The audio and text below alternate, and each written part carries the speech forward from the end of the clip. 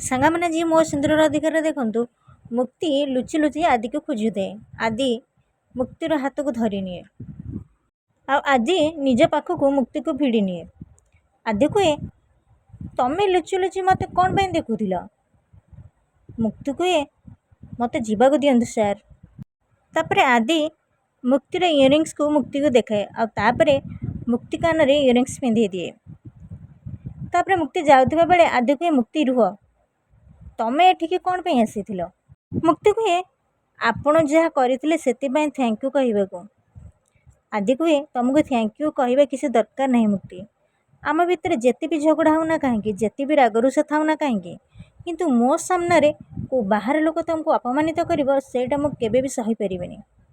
କାହିଁକି ନା ମୁଁ ତମକୁ କହି ଅଟକିଯାଏ। ସାଙ୍ଗମାନେ, ଆପଣମାନେ ଯଦି ମୋ ଚ୍ୟାନେଲରେ ନୂଆ ଅଛନ୍ତି ତାହେଲେ ମୋ ଚ୍ୟାନେଲକୁ ସବସ୍କ୍ରାଇବ୍ କରିଦିଅନ୍ତୁ ଆଉ ଛୋଟ ଲାଇକ୍ଟେ କରିଦିଅନ୍ତୁ। କାହିଁକି ନା ମୁଁ ଏଇଭଳି ଭିଡ଼ିଓ ଆପଣମାନଙ୍କ ପାଇଁ ସବୁଦିନ ଆଣିଦେବି। ଜୟ ଜଗନ୍ନାଥ।